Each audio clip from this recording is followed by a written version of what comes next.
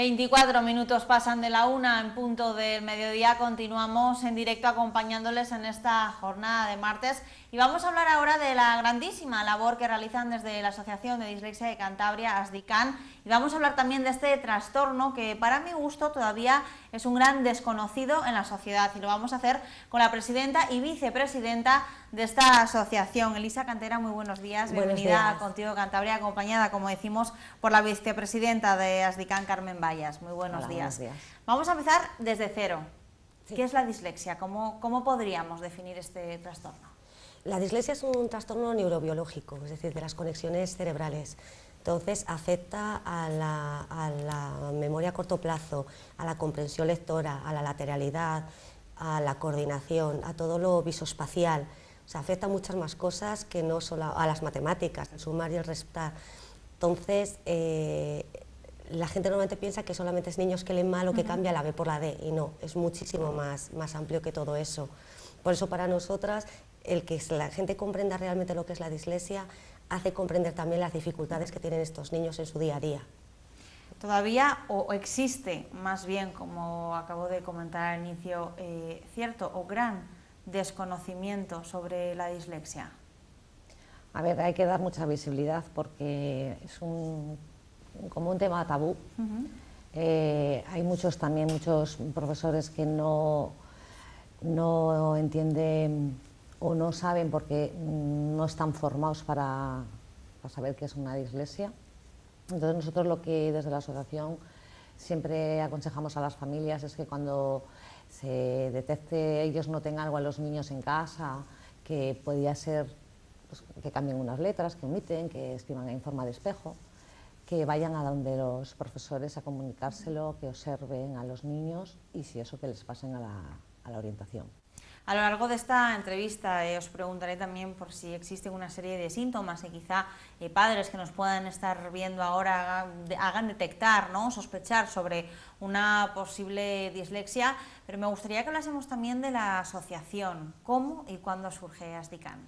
ASDICAN surge hace 2 años. Carmen y yo éramos amigas antes de la asociación, y porque la cría de Carmen es mayor que la mía, y cuando la mía se la diagnosticaron, yo vi un mogollón de puertas cerradas. Vi que iba al colegio y en el colegio me decían que no, que era vaga, que no estudiaba. Yo sabía que un problema había, que había un problema real, pero también era consciente de que eso que la ponían a ella no era lo que le pasaba a mi hija, ¿no?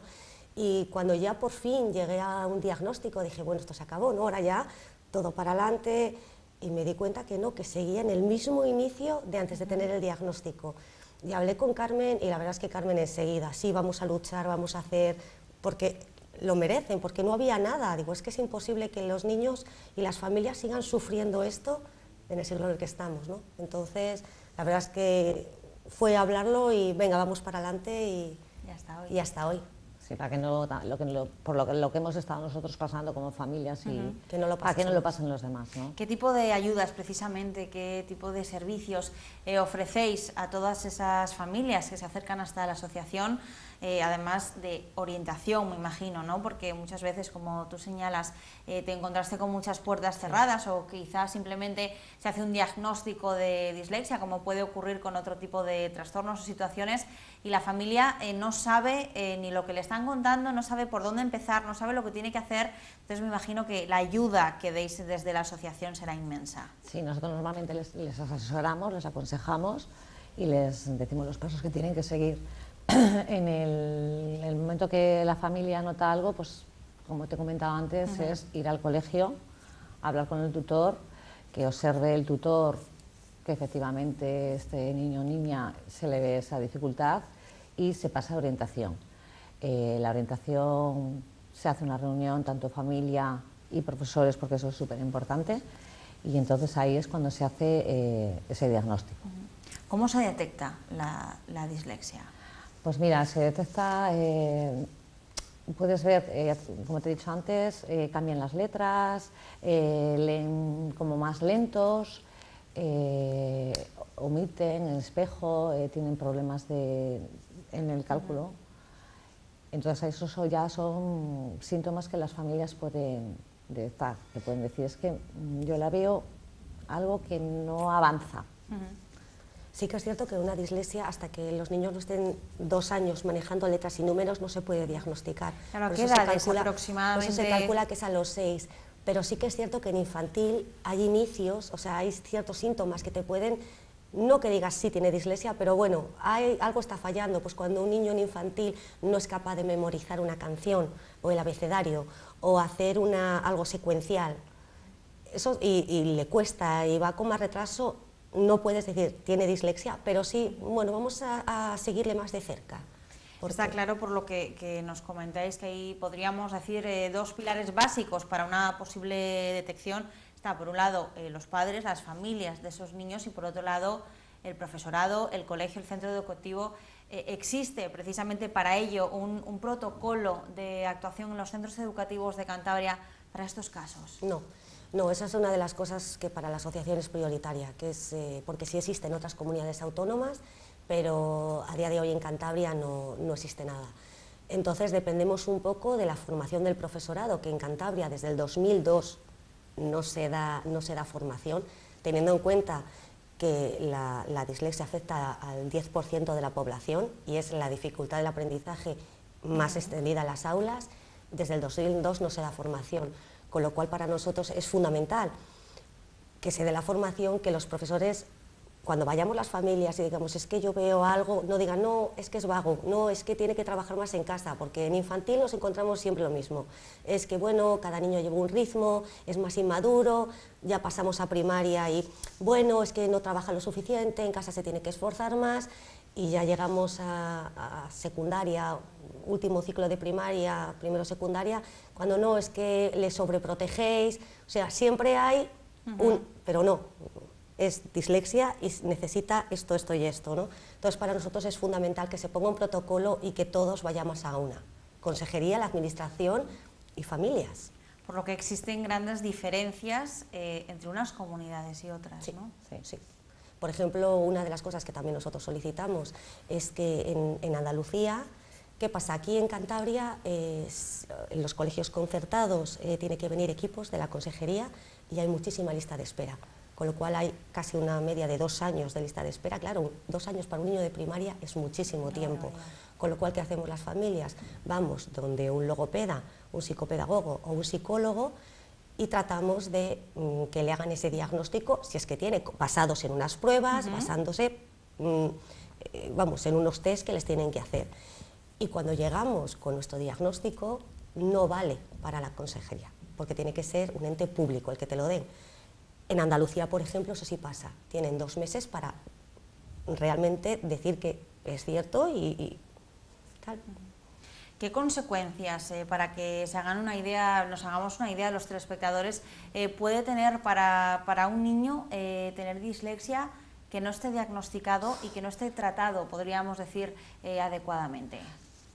Los niños, por ejemplo, que no están diagnosticados, esos niños pueden coger autoestima, depresión y sobre todo ellos ven que algo les pasa, pero no saben el qué. Ellos ven que sus compañeros avanzan más que ella, se hacen muchas preguntas, entonces lo más normal es que se haga el diagnóstico. En el momento que tengan el diagnóstico y sepan que tiene problemas del aprendizaje, que hablen con la niña, le expliquen qué es lo que le está ocurriendo para que se quite ese peso de encima que lleva, ¿no? Porque lo pasan mal, verdaderamente. Una vez diagnosticada la dislexia, ¿cómo se trata? ¿Cómo es esa actuación que se tiene, o esa adaptación quizá del aprendizaje en estos niños? Pues si está valorado en el colegio, le sacan audición, lenguaje o PT. Es casi 1 hora, son 45 minutos, un día a la semana. Claro, un día a la semana es poco, entonces ¿qué hacemos las familias? Las llevamos a uno de pago, van 3 días a la semana y eso, pues bueno, pues agiliza. Y luego económicamente para las familias, hay familias que no las pueden pagar. Que una de otras cosas que es lo que pedimos es que en educación se nos metan en las becas para que estas familias puedan también llevar a los logopedas, les den una ayuda para poder subsanar, ¿no? Y luego, cuando ya le sacan la hora esa audición y lenguaje, la orientadora tiene que hacer unas adaptaciones, o sea, se reúnen con con el tutor, la familia y la orientación para ver qué adaptaciones se van a hacer a los niños. Las adaptaciones pueden ser pues más tiempo, o sea, cuando les ponen un examen no tanta comprensión, más reducida, marcado en negrita las palabras claves, pero en todas las materias.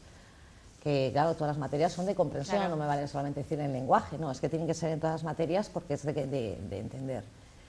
Y luego, cuando ya les han puesto las adaptaciones, suele haber en coles que te dicen, bueno, pues yo le he hecho las adaptaciones, pero como con las adaptaciones está probando, pues le voy a quitar ahora las adaptaciones porque el niño puede. Y ahí nos estamos equivocando, porque las adaptaciones las tienen que tener, aprueben o no aprueben. ¿Podría llegar a un niño o al fracaso escolar por Hay mucho. esto? Hay mucho. Es más, el fracaso actual, el altísimo porcentaje del fracaso escolar vienen por DEAs no diagnosticadas o no haciendo las cosas a tiempo, ¿no? Porque, ¿qué nos está pasando? Las adaptaciones, como bien decía Carmen, es eso, dar más tiempo, más exámenes orales.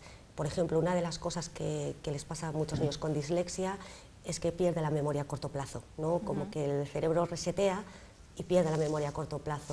Uno de los objetivos, por ejemplo, en la asignatura de matemáticas, es que sepa multiplicar. Una de las adaptaciones, por ejemplo, déjame la tabla de multiplicar ahí, porque yo no es que no sepa multiplicar, sino que no recuerdo entonces, yo sí te voy a saber multiplicar, el objetivo sí le voy a cumplir, porque en ningún momento me dice, no, es que el objetivo es que te sepas las tablas de multiplicar, ¿no? Entonces, o las capas de la Tierra, pues en vez de escríbeme las capas de la Tierra, dibuja una Tierra con las flechas y ya está, y ellos te lo van a saber hacer. Es decir, nunca bajar el currículum del niño, sino ayudarle en esa transición, que para ellos es fundamental. Lo que pasa que nos dicen eso, que los niños, bueno, pues que o ponen adaptaciones sin ton ni son, porque claro, un niño que no cambie las letras, sino que tenga más afectado lo que es la coordinación o la motricidad, da igual que le ponga las letras más grandes. Pero en plástica, claro, si él te va a escribir en una esquina, él piensa que te está escribiendo en el centro de la hoja, pero no, estás en una esquina. O una línea que la estás haciendo torcida, el niño la está viendo recta y su cerebro está reconociendo, no los ojos, sino el cerebro reconociéndola como recta. Entonces, bueno, pues entonces a ese niño, en vez de poner un doble interlineado, dile que es distinto, o sea, tienes que hablar mucho con el niño para poner este tipo de adaptaciones. Ellos son mucho de visualizar, o sea, de fijarse mucho en los dibujos, memorizar el dibujo, porque al no tener memoria a corto plazo, ellos, por mucho que ellos estén en casa estudiando, se lo saben, a la media hora le preguntas y se les ha olvidado, entonces ellos suelen hacer mapas conceptuales o dibujos, y entonces ellos lo memorizan según se fijan en los dibujos, por colores. ¿Qué avances habéis logrado con ese trabajo diario desde los inicios de la asociación? Pues hemos primero unido a familias, que para eso nosotras es muy importante. Otra de las cosas que hemos hecho ha sido dar visualización, que hasta ahora no la había, y reunirnos con la consejería, que para nosotros es fundamental, porque son ellos los que nos tienen que ayudar. Nosotros podemos luchar, pero si ellos nos ponen el... Y sí que es cierto que una de las cosas que les hemos mandado es a ver si podemos hacer un convenio de colaboración, porque una de las cosas que nosotros hacemos es dar charlas. Damos charlas dentro de los coles que están basadas, no las damos nosotros, sino que las dan logopedas, voluntarios que trabajan con nosotros. Entonces esas charlas están basadas en eso, en las adaptaciones, que un niño que no tenga ninguna dificultad sepa realmente por qué al de al lado sí le están dejando utilizar un ordenador o le están dejando hacer un examen oral, que no es porque sea el favorito del profesor, no, sino porque es una necesidad que él tiene para llegar a un mismo objetivo. Con lo cual, eso a nosotras la verdad es que es de las cosas que más nos gusta de la asociación, porque en todas las charlas que hemos dado en los coles, en todas, siempre ha habido un niño que nunca ha querido decir que tenía dislexia, para que no se rían de él, y de repente te dice, no, es que yo tengo dislexia, ¿no? Y luego nos mandan las madres y nos dicen, jo, es que el niño, desde que lo ha dicho, se ha quitado un peso de encima y los compañeros le ayudan, ¿no? Otra de las cosas que hacemos son charlas también para el profesorado y para familias fuera de la asociación, para dar eso, para hacer una unión, ¿no? Porque yo creo que el colegio y las familias no podemos ir distanciadas, sino que tenemos que ir de la mano, por el beneficio de los niños, ¿no? Y para nosotros eso es importante. Dar visibilidad y luego, pues eso, también pedimos una formación para el profesorado, porque a veces hay profesores que nos preguntan pues qué tenemos que hacer porque no sabemos cómo actuar con este niño, en qué le podemos ayudar, ¿no? Y en una que hemos dado hace poco, una charla para las familias y profesores que le hemos dado ahí en Torrelavega, ahí han ido profesores a ELES y nos han estado preguntando. Llegó a preguntarnos una de audición y lenguaje y dice, es que mira, nos suelen decir los profesores que en las faltas de ortografía, ¿qué hacemos? ¿Se las corregimos? ¿Las tenemos que penalizar? Entonces, a ver, estos niños que tienen dislexia, las faltas de ortografía las van a tener sí o sí. Y hay profesores que les hacen copiar, bueno, pues esta palabra, cada falta que tienes, 20 veces me la mandas a escribir. Tú por mucho que la mandes a escribir, te la va a escribir la primera bien, pero acto seguido te las va a seguir escribiendo mal. Entonces, eso es una cosa innecesaria que no se debería hacer a los niños, ¿no? Y las faltas de ortografía no se tendrían que ser penalizadas. Tenemos que ir terminando, pero quizá para esas familias que nos puedan estar viendo, gente que quiera más información o que se sienta identificada con lo que estáis contando, ¿dónde y cómo se puede poner en contacto con esta asociación? Bueno, pues nosotros tenemos tanto Facebook, Instagram, la web, ahí vienen nuestros números de teléfono y que luego cuando quieran, oye, nos pueden llamar sin ningún problema. Carmen y Elisa, muchísimas gracias por haber estado en Contigo Cantabria. A vosotros, muchísimas gracias. Hacemos una breve pausa y damos la bienvenida a nuestro compañero Pedro García.